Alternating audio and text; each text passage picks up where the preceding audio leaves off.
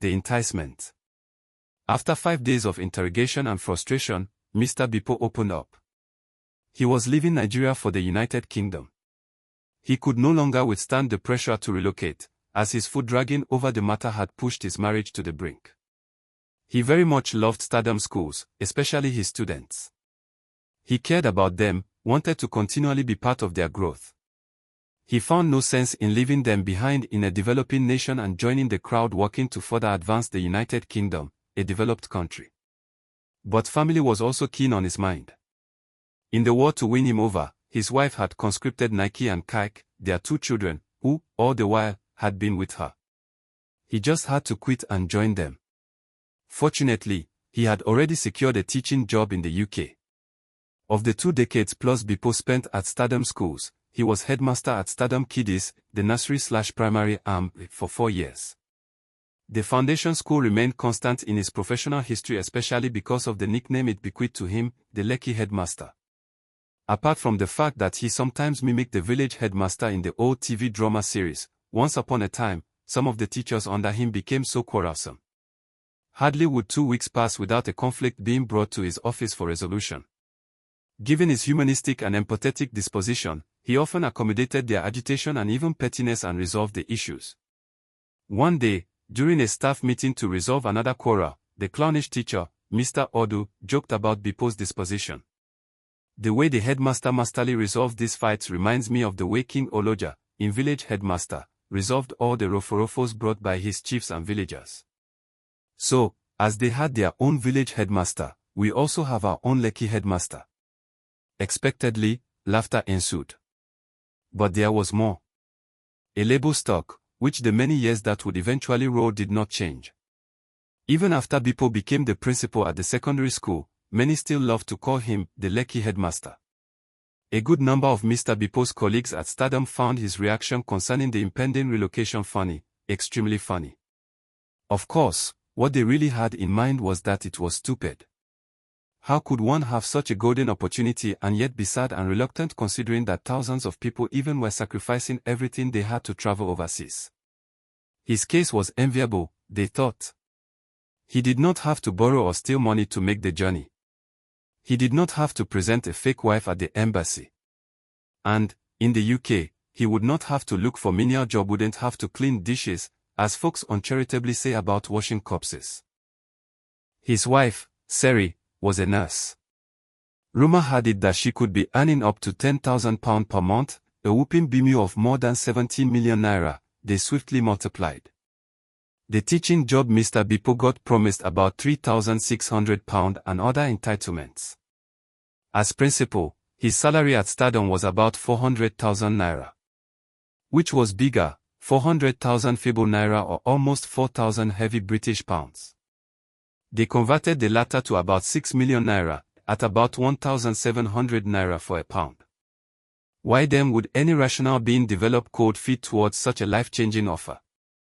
But let us not forget that he will not spend the wage in naira. He will spend it in pounds. This is one factor many of us fail to take into consideration, said Mr. Oilona during a gossip session. But Mr. Odu had a contrary view. Dump that argument, he exclaimed. No matter how much of it he spends in pounds, he will still have a lot to send to Nigeria.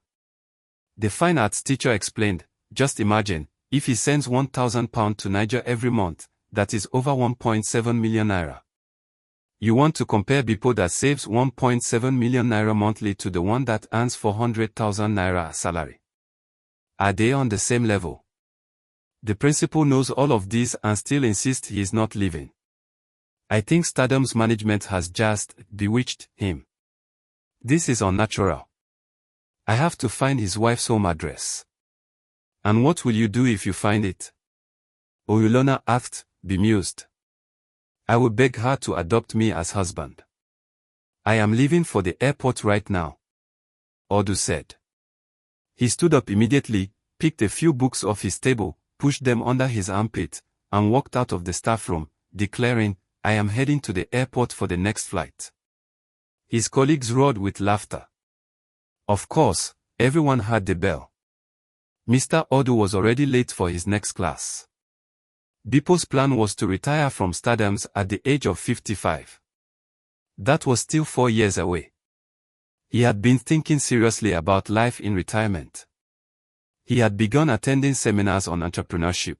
This was what he wanted to spend the remaining slice of his days on. He loved the freedom and confidence successful businessmen enjoyed, in spite of the fact that business enterprise harbors peculiar challenges. Bepo also loved to develop fellow men and his country.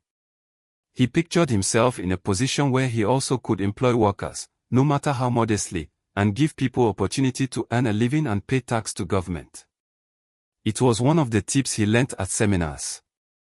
According to one of his coaches, no employee should dream big about comfort or bank on job security either. Only a business owner could afford to do so, especially when the business had become successful. Bepo would also not mind establishing his own school. After all, he had garnered a lot of experience about teaching and school management. Besides, he was a trained teacher, having studied English/history education at the University of Benin. This projection would give him an opportunity to push his passion for molding the young. His only reservation, he wondered if he would have enough capital to float a standard school, given the taste he had already imbibed at Stardom. He recalled that a major principle of entrepreneurship is starting small. He did not object to this, but experience had taught him a lesson. It is better for the facility to be in an area where parents are able to pay for the kind of education he wanted to provide. He could not forget in a hurry how a neighborhood school Fruitful Future which he established alongside a friend, shortly after his National Youth Service, crumbled due to socio-economic challenges in the location. Of course, he knew his wife would not fund any project that would hold him down in Nigeria. Bepo considered farming, food, and sachet, pure or bottled water businesses. But he also had substantial inclination towards commercial transportation. He believed it was a business someone with minimal capital could begin with. An option he could readily chew over was buying a bus or a cab and leasing it to a driver. A fact about transportation, he knew, was that you begin to make money from the first day the vehicle is purchased. It is not like farming, where you had to wait till the end of a season or cycle before your seeds or animals begin to yield. It is not like retail or distribution business either, where, after getting a shop, you have to wait for customers to show up, customers who already have their preferred clients before you arrived. Besides, in many cases, buyers need to earn trust before patronizing you. But in running a cab or bus, passengers have no loyalty to any driver or vehicle. As a matter of fact, Bepo knew, the newer your cab, the more attractive it is to commuters. The problem with transportation, he learnt, was that many commercial drivers one would have loved to engage lacked enlightened business practices. They were not trustworthy, and often ended up ruining the dream. At least, 3 members of staff at Stardom ventured into it but ended up with regrets. The drivers frustrated the idea, defaulted in payment, and often told lies that the autos broke down. On some occasions, they colluded with mechanics to defraud the vehicle owners. In spite of these sour details, Bepo kept the option open. He believed there could still be a way out. There were, for instance, people who bought vehicles and let them out to drivers, who, in turn, paid installments. He also felt that if big transport companies, such as ABC and God is Good Motors, could operate successfully, there must be a way around the challenges. For now, however, he needed not worry again about those dreams. He was set to renew his teaching career in a new environment, a new country where he, definitely, would earn more and share a new life with Seri, Lekki, and Kike. He knew life, anywhere, is not a bed of roses, and every place harbored its challenges.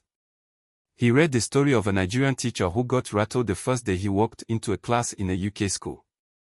One of the students was said to have asked, "Are you an idiot?" Yet, Bepo knew that such an incident, if true, must be isolated. And a good teacher should be able to handle that diplomatically. Thanks for watching. If you want to see more videos like this, be sure to subscribe to my channel. Summary of Chapter 2, The Enticement. In this chapter, Mr. Bepo finally reveals the reason for his emotional breakdown. He is leaving Nigeria for the United Kingdom. The decision was not easy for him, as he deeply loved his work at Stardom Schools and felt a strong connection to his students. However, the pressure from his wife, Seri, and their 2 children, Lekki and Kike, left him no choice but to relocate to preserve his marriage. He had already secured a teaching position in the UK, though he lamented leaving his beloved students and contributing to the growth of a foreign country instead of his own. The chapter delves into Mr. Bepo's reflective thoughts about his time at Stardom Schools, including his nickname, the Lekki Headmaster, which originated from his days as a headmaster at Stardom Kiddies. His empathetic and humanistic approach to resolving conflict earned him this affectionate moniker.